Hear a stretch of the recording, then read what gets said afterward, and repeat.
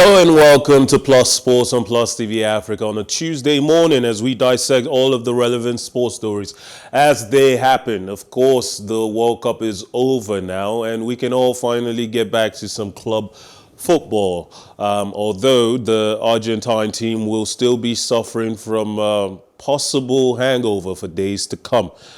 Meanwhile, in club football, there is a lot happening, but I have with me on the show this morning Victor Godfrey to discuss the relevant sports stories. Victor, good morning. Good morning, Mukai. Thank you for having me on your show. It's a wonderful Tuesday morning. Super happy. You caught me at home. So let's get into this.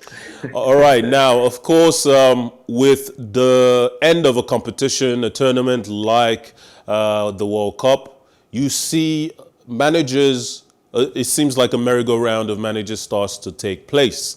And the Brazil coaches stepped down, the Portugal coaches stepped down, the England coaches staying. But France, we might hear of France's Didier Deschamps leaving as well. That is yet to be confirmed. But meanwhile, one man who's always in demand, Carlo Ancelotti, Real Madrid coach, has said he plans to stay at the Spanish club until his contract ends in June 2024, following reports of a possible move to the Brazilian national team. The Italian boss said he remains focused on his current role at Madrid as the team looks to defend their La Liga, Spanish Super Cup and Champions League titles and prepare for the Club World Cup in February. At the moment, I'm happy in Madrid. We have a lot of objectives for this season. I have a contract until June 30th, 2024. And if Real Madrid don't sack me before then, I'm not going to move. Ancelotti's Real Madrid will resume their season on December 30th as they look to regain the La Liga top spot where Barcelona sit 2 points ahead. Now, Ancelotti is always in demand, but I believe this is his last farewell, the Madrid job. If the Brazilian team, the Brazilian national side are unable to convince him to leave Madrid for such a prestigious national team job, is this the final goodbye for Ancelotti then? Well, to be honest with you, I'm actually surprised that he's being considered to be the coach of Brazil because Ancelotti is a different type of manager. He's European, but not like the flamboyant Spanish style of football or Dutch style of football, even German. He's Italian. And we all know that as much as he has tried to be very direct now with his managerial style over the years, he has evolved from how he was from his very first ever job at Regina all those years ago in Italy. I'm surprised that he wants to go to Brazil because Brazil is all about flair, style, attacking football, and the samba basically. But for the Real Madrid issue is he's had a very successful career at Real Madrid twice, winning the La Decima. We remember that back in 2014, and of course winning it again last season with them, the Champions League that is. I feel he's one of the best managers they've had. I don't think if Real Madrid have their thinking caps on, I'd rather they'll extend it beyond 2024 and still keep him for maybe 3 or 4 more years because we saw him come in and rejuvenate players like Vinicius Junior. Junior was struggling before Ancelotti came into that team. He has an eye for good man management.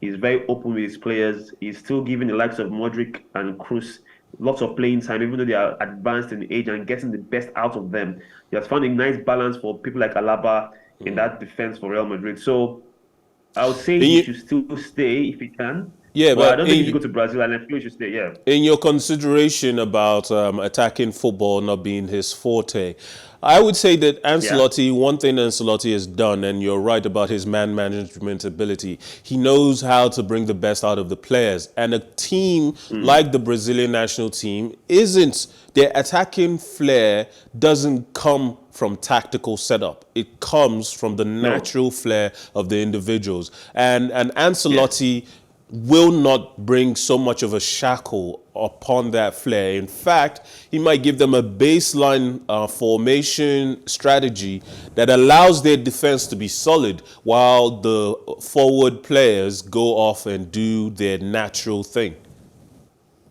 Well, that is true. Like I said, he has evolved over the years. If you saw Ancelotti back in his glory days at AC Milan, I'm talking about 2002, 3, 4, whereby he had that very solid 4-4-2 formation, very, very disciplined formation style of football, he had at that time. But you flip the script now, you talk about the Brazilian national team. We all know this. Each time Brazil has won the World Cup, it has been with a Brazilian coach. There's something about the Samba boys and the whole culture of football in Brazil. We all know that it's almost unrivaled. They are one of the best football teams in the world for a reason. 5 World Cup trophies tells you how good they are and how the culture of football is really ingrained in their DNA. So even if he does give them a baseline formation and gives the flair players freedom, it still doesn't have that Brazilian taste to it, if I can use that term. So to be a weird fit, to be honest, to be one of the most unusual marriages in football, to see an Italian coach coach a Brazilian team, that would be just something that would be one for the ages, if I'm being honest. But I don't think that would be a good fit. And I don't Well, think the Brazilian... the fact is, a country like Brazil has been seeking to win the World Cup again since 2002. And when you're so used to success and they bid so emphatically for the competition to come to Rio in 2014, it did. They went out to Mexico of all teams. And going forward, they might want to bring in a different perspective than they used to, because when you're so used to doing something one way and the landscape has changed. Brazil is no longer alone at the top of the hill when it comes to football dominance. There's Spain, there's France, there's now Argentina. Germany might find their way back up that hill. So at the same time, as much as they don't want to change, necessity might force that change. Well, I'll agree with that sentiment to an extent. And I'll just quickly run through history a bit. In the late 50s/60s to maybe the early 70s, Brazil were very dominant. We all know this. Pelé in 58, 62 was Garrincha. They lost in 66 to the English. And of course, 70 in Mexico, Pelé and Jairzinho and the rest of the Brazilian team, dazzled the world. There was a bit of a dry spell throughout the 80s, but we all know this in the 90s, from 94 all the way to 2002, Brazil made it to back-to-back World Cup finals. So that tells you their dominance, right? And all this was done by Brazilian teams and Brazilian coaches and Brazilian players. But not to forget that at that era too, we also had some really top teams in football. You mentioned Germany was also a top team at that era. Italy was big. Spain were big. The English team too also had their own strengths as well. So I still feel that with different generations, there will be another line. For instance, now this last World Cup, Brazil were one of the odds-on favorites to win it. As a matter of fact, they are the top team in the FIFA rankings, even up to today. They released the rankings yesterday. They are still number one, ahead of the world champions Argentina, who are now in second place. So I still feel that Brazil needs to still, for me, this is my own opinion, stick to that Brazilian identity. But because the thing is this: you mentioned. You would agree, though, that this Brazil team hasn't been as flamboyant as the Ronaldinho alum, the players who played at that time. Every single one of them, from Cafu to Roberto Carlos, they could carry the ball from defense all the way up front. As individuals, they were giants. And when they came together, it was like a team of titans. The Brazilian national team right now doesn't have titans. It has Neymar. It has maybe Richarlison. And, players, even Richarlison has less touches in a game than strikers used to have for Brazil.